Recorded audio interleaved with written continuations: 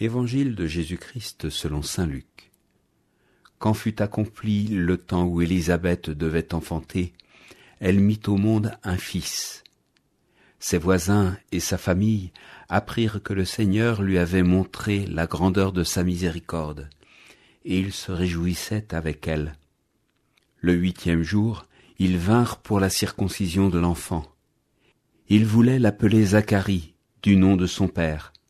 Mais sa mère prit la parole et déclara « Non, il s'appellera Jean. » On lui dit « Personne dans ta famille ne porte ce nom-là. » On demandait par signe au père comment il voulait l'appeler.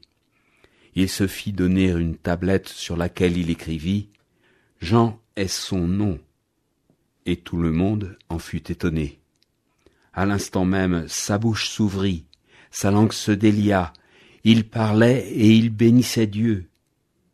La crainte saisit alors tous les gens du voisinage, et dans toute la région montagneuse de Judée, on racontait tous ces événements. Tous ceux qui les apprenaient les conservaient dans leur cœur et disaient « Que sera donc cet enfant ?» En effet, la main du Seigneur était avec lui. Le moment où Zacharie reçoit pendant le service du temple l'annonce de l'ange Gabriel est un moment rare. C'est un moment que le prêtre Zacharie a longtemps attendu, parce qu'au temps de Jésus, les prêtres étaient au nombre d'environ 18 000. Et donc, pour que tous puissent exercer leur présidence au moins une fois dans leur vie, on recourait pour le culte à un tirage au sort parmi les différentes classes sacerdotales. Chacun son tour. Celui sur lequel tombait le sort était exclu d'un autre tirage jusqu'à ce que tous les noms de la classe soient sortis. Si bien que le jour longtemps attendu de sa présidence représentait pour un prêtre le sommet, souvent unique, de sa vie sacerdotale. L'attente devenait folle, surtout si le grand âge était là, comme dans le cas de Zacharie. À quoi s'ajoute l'apparition de l'ange du Seigneur, debout à droite de l'autel de l'encens, et l'annonce de la conception de son fils Jean, qui fera revenir le cœur des pères vers leurs enfants. Est-ce trop bonne nouvelle ?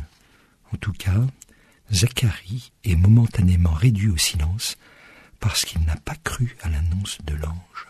Je crois ici pouvoir partager une question qui a été posée dans une de mes équipes. Devons-nous croire beaucoup, espérer beaucoup, au risque d'être déçus dans l'exaucement de notre prière, au risque de souffrir parce que les intentions de nos neuvaines, par exemple, n'auront pas été exaucées comme nous le demandions? Ou bien faut-il limiter nos espérances? Sans traiter le sujet de nos prières qui sont toujours exaucées, l'évangile d'aujourd'hui répond cependant à la question, me semble-t-il.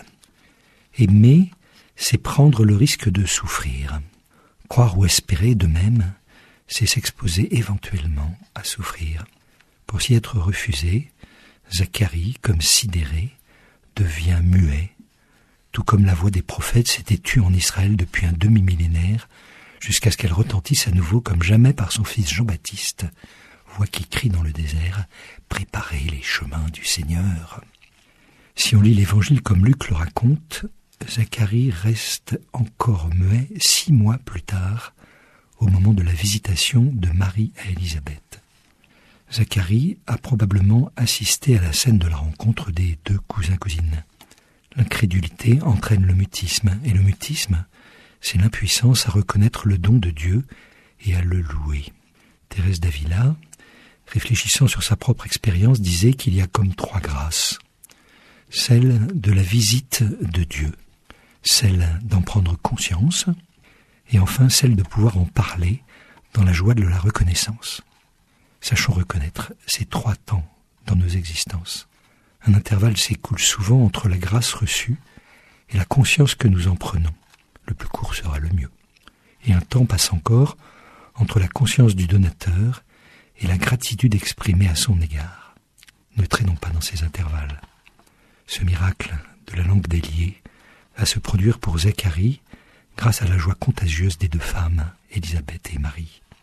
Par la vertu de l'hospitalité réciproque, sous leur toit, comme dans leur sein, La voix du désert et le Verbe incarné faisant résonance, en 3 mois de résidence dans la maison de David, l'allégresse des femmes viendra à bout de la tristesse incrédule du prêtre Zacharie. Dieu fait grâce. Tel est le nom significatif que Zacharie donnera à son fils Jean-Baptiste, conformément à la parole de l'ange. À l'instant même, sa bouche s'ouvrit et sa langue se délia. Il parlait et bénissait Dieu. Ainsi, au chant du Magnificat, fait finalement écho le Benedictus. L'évangile du jour a été commenté par le père Dominique Redoulez, prêtre au service de la paroisse